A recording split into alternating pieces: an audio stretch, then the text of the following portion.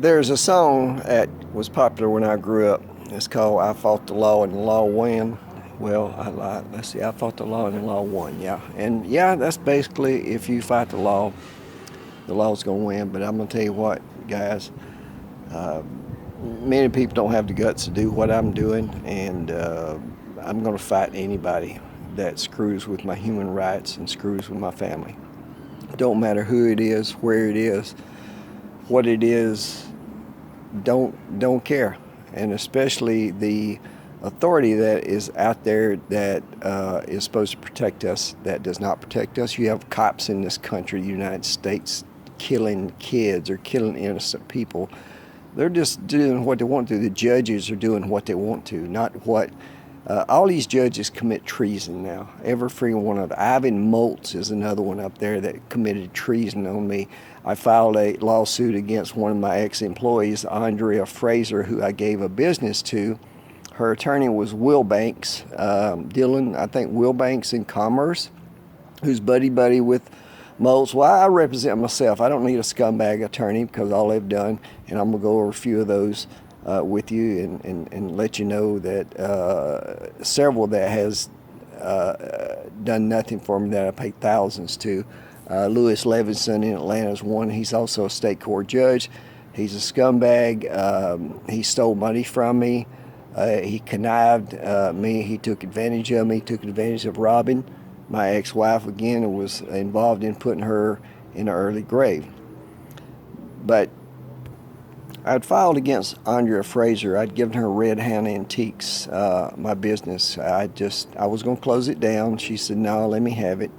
I said, okay. I gave it to her, keys and everything. But I'd had probably about $40,000 to $50,000 worth of stuff in there still mine. Well, I'd left the country and was out doing my own thing, and so I'd come back a time or two and we'd talk and cut up. She was a funny person. We always had fun with each other all the time. We just really loved each other, and money changes people. Money and sex does, guys. So always know that. I don't care how good a friend you have or how good a wife or husband you have or whatever, money and sex changes the game playing. But anyway, all that merchandise in there was mine, worth a lot of money, and she basically wouldn't let me come and get it out. I've got all kind of texts from her saying it's mine, that I could come and get it, and that it's fine, that I could leave it there as long as I want to.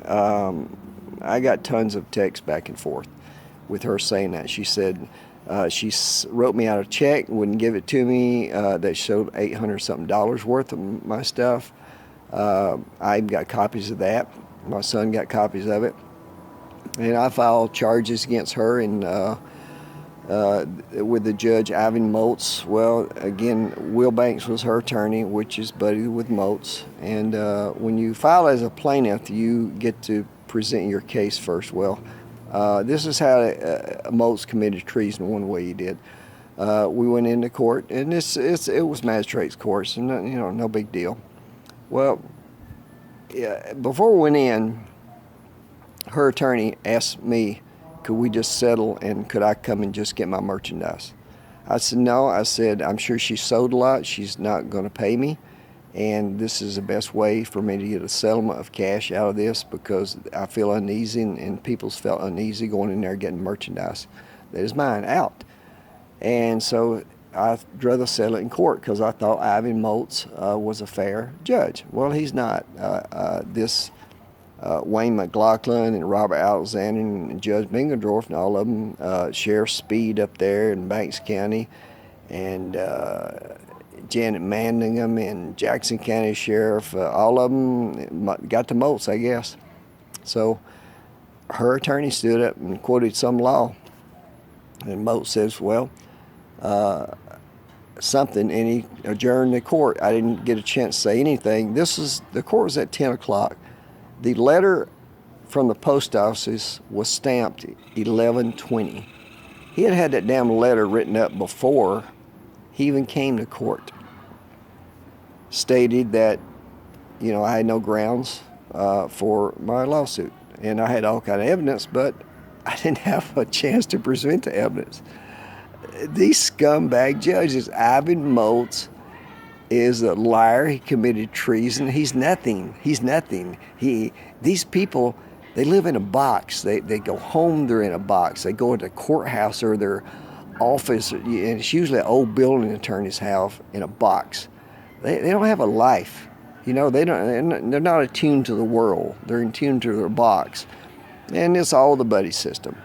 Well, I wasn't attuned into buddy systems because I fight them. Yes, I do fight them. You screw with me, you screw my money, you screw my son, you screw my family, you screw my wife. Yes, I will screw back with you 1,000 times over, and that's exactly what I'm going to do with every damn one of y'all. I got dirt on all of y'all. And basically, like Curry Mingledorf, tell you a story about him. He's got 10 kids. He's a Mormon. Now, he's supposed to be this goody-goody person, but he gets in that courtroom and destroys people's lives and can go home and have dinner and be with his beautiful family while he's destroyed lives that day.